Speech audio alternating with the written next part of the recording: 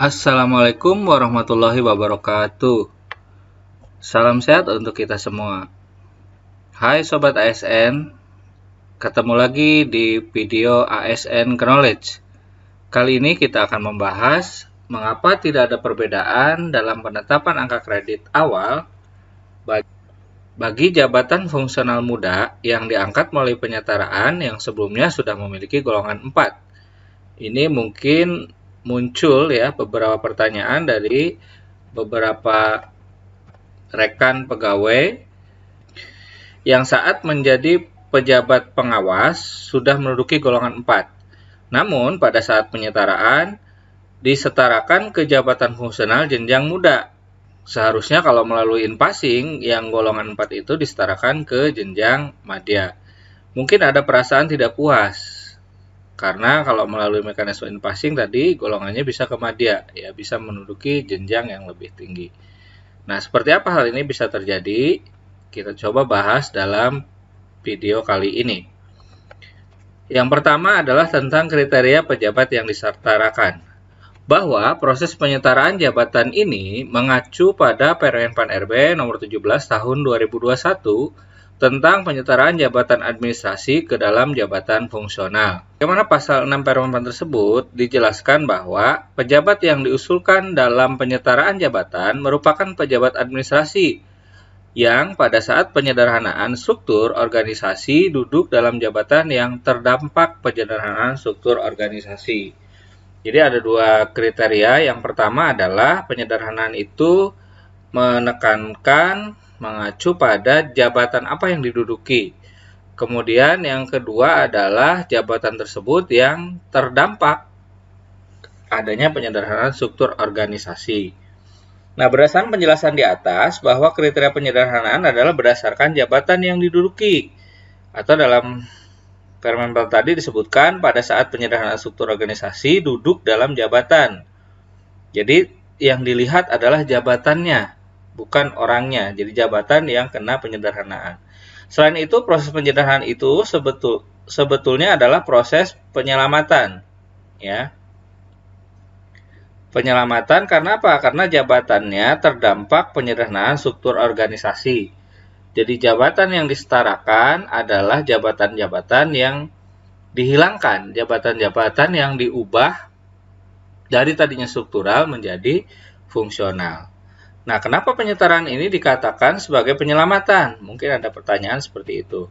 Ada dua alasan. Pertama adalah bahwa berdasarkan pasal 87 ayat 1 huruf D Undang-Undang Republik Indonesia Nomor 5 Tahun 2014 tentang Aparatur Sipil Negara atau ASN, dijelaskan bahwa PNS dapat diberhentikan dengan hormat karena perampingan organisasi atau kebijakan pemerintah yang mengakibatkan pensiun dini. Penyetaraan jabatan adalah salah satu bagian dari proses penyederhanaan birokrasi, di mana beberapa jabatan struktural dihilangkan untuk menyederhanakan birokrasi. Nah, bila mengacu pasal tersebut, seharusnya pejabatnya yang kena penyederhanaan tadi adalah otomatis non-job, karena jabatannya hilang. Maka dikatakan bahwa penyetaraan ini adalah bentuk penyelamatan. Apa alasan yang kedua penyelamatan ini? Yang kedua adalah sebagai bentuk penyelamatan disetarakanlah pejabat struktural yang terdampak ke dalam jabatan fungsional. Nah, hal ini dengan mengabaikan beberapa kriteria dan persyaratan untuk pengangkatan dalam jabatan fungsional. Seperti misalnya harus mengikuti dan lulus uji kompetensi, mengabaikan beberapa syarat lain seperti latar belakang pendidikan, pengalaman kerja minimal 2 tahun, tersedianya formasi, batas usia, dan sebagainya. Jadi, pejabat struktural yang kena penyetaraan karena dampak perampingan organisasi ini atau perubahan struktur diangkat, disetarakan ke dalam jabatan fungsional dengan diberikan kemudahan dalam persyaratan untuk mekanisme pengangkatannya. Makanya dikatakan bahwa penyetaraan ini adalah sebagai bentuk penyelamatan. Memang sebuah kebijakan mungkin tidak dapat memuaskan semua orang. Ada yang puas, ada yang tidak puas. Ada yang merasa diuntungkan, sebaliknya di pihak lain mungkin ada yang merasa dirugikan. Nah, apabila kita perbandingkan mekanisme pengangkatan dalam jabatan fungsional melalui penyetaraan dan in passing ada beberapa perbedaan dan tentu mungkin untung ruginya ya. Yang pertama misalnya dilihat dari sisi pangkat. Nah, bila diangkat melalui in passing, jenjang jabatan fungsional ini akan otomatis menyesuaikan pangkat yang diduduki. Jadi kalau pengangkatan jabatan fungsional melalui in passing, misalnya tadi seorang pejabat pengawas yang golongannya sudah golongan 4, dia mengikuti in passing dalam jabatan fungsional, maka dimungkinkan diangkat ke dalam jenjang madya. Jadi seperti promosi, seperti itu. Namun, apabila pengangkatan ini dilakukan melalui penyetaraan jabatan, jenjang jabatan fungsional bukan berdasarkan pangkat, karena jenjang jabatan fungsional berdasarkan jabatan struktural yang diduduki. Tadi di kriteria penyetaraan yang di atas adalah yang dilihat adalah jabatan struktural yang kena dampak. Ya, jadi bukan dilihat orangnya siapa yang duduk di situ, tapi jabatannya sesuai dengan jabatan fungsional apa yang mendekati. Jabatan struktural tersebut yang kena dampak yang disetarakan mendekati jabatan fungsional apa. Ya, dan dilihat adalah jabatan struktural berdasarkan kelompoknya. Jadi yang pengawas otomatis ke muda, yang administrator otomatis ke madya dengan mengabaikan pangkat golongan. Ini komponen yang pertama.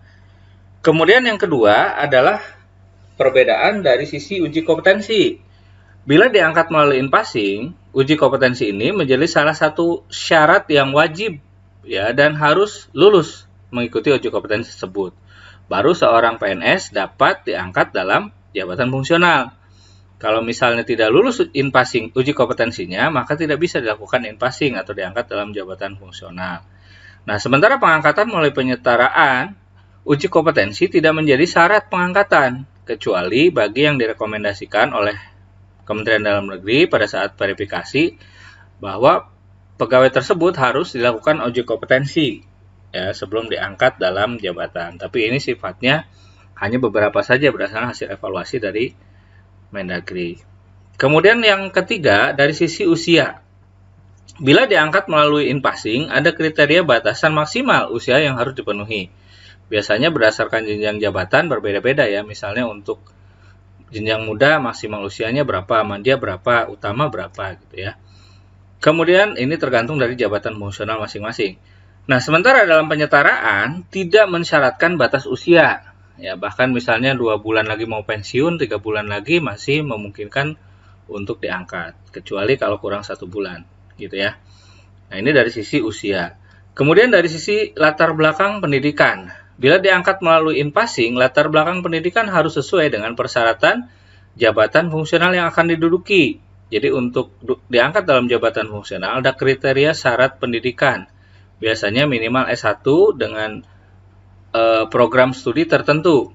Nah, sementara dalam penyetaraan mengabaikan latar belakang pendidikan. Jadi dalam penyetaraan tidak dilihat latar belakang pendidikannya, karena yang dilihat adalah jabatannya yang disetarakan. Selanjutnya, dalam syarat pengangkatan jabatan fungsional itu ada ketentuan harus memiliki pengalaman kerja minimal 2 tahun. Nah, bila diangkat melalui in passing, pegawai harus memiliki pengalaman kerja dalam bidang yang sesuai dengan jabatan fungsional yang akan diduduki minimal 2 tahun. Sementara dalam penyetaraan, pengalaman kerja tersebut tidak dipersyaratkan. Yang berikutnya adalah tunjangan. Bila diangkat melalui in passing, besaran tunjangan akan disesuaikan dengan jenjang jabatan yang diduduki.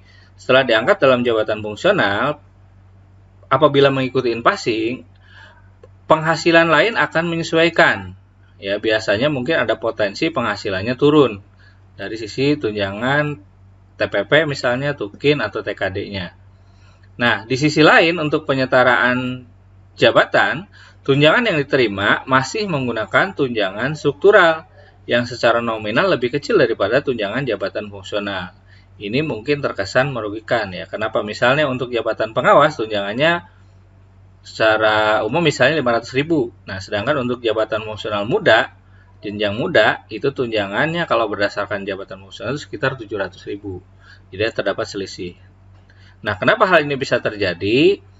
Hal ini terjadi karena berdasarkan penjelasan pada poin 3 huruf B, angka 3, surat edaran Menpan RB nomor B 653-M.SM titik 02.03/2021 yang dikeluarkan tanggal 23 Desember tahun 2021 tentang tindak lanjut moratorium jabatan fungsional dan penyetaraan jabatan administrasi ke dalam jabatan fungsional, dijelaskan bahwa penghasilan pejabat fungsional diberikan sesuai dengan penghasilan dalam jabatan administrasi sebelumnya, sampai dengan berakhirnya jabatan fungsional hasil penyetaraan jabatan karena adanya perpindahan jabatan atau kenaikan jenjang jabatan.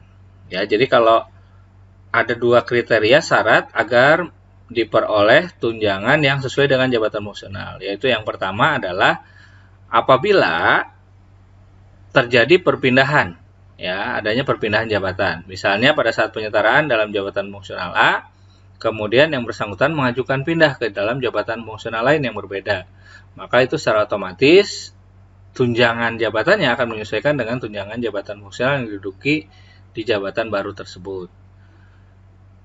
Dan tentu akan menghilangkan hak dia sebagai koordinator, ya, kalau ditugaskan sebagai koordinator.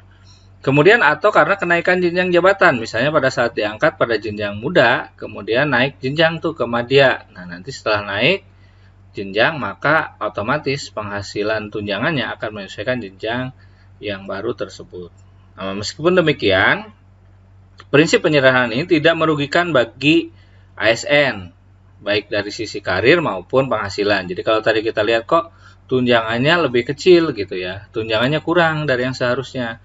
Nah, ini untuk mengantisipasi hal tersebut, sebagaimana amanat dari Presiden Joko Widodo bahwa penyetaraan ini tidak merugikan ASN baik dari sisi karir maupun penghasilan. Maka pejabat fungsional penyetaraan diberikan tugas tambahan manajerial yaitu sebagai koordinator maupun subkoordinator. Jadi yang tadinya pejabat administrator eselon 3 diberikan tugas tambahan sebagai koordinator, dan yang tadinya sebagai eselon 4 atau pejabat pengawas diberikan tugas tambahan sebagai subkoordinator.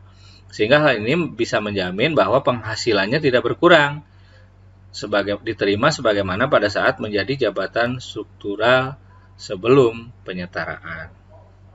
Kemudian bagaimana solusinya bagi pengembangan karir pejabat fungsional muda yang sudah memiliki golongan 4? Ya, tetapi masih diangkat dalam jabatan fungsional muda Nah, solusinya adalah tetap mengumpulkan angka kredit dan mengikuti uji kompetensi untuk kenaikan jenjang ke jenjang madya apabila nanti ada kesempatan dan sudah tersedia formasi jenjang madyanya, sehingga pengembangan karir yang bersangkutan bisa berjalan. Nah, demikian penjelasan tentang kenapa yang pejabat pengawas golongan 4 tetap disetarakan ke jenjang muda, tidak ke madya. Karena hal ini sesuai dengan ketentuan dalam Permenpan 17 tahun 2021.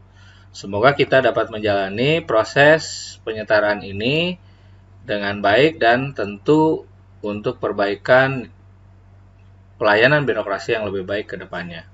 Terima kasih sudah menonton video ini. Silakan subscribe dan share. Jangan lupa juga tonton video-video lainnya. Terima kasih. Wassalamualaikum warahmatullahi wabarakatuh.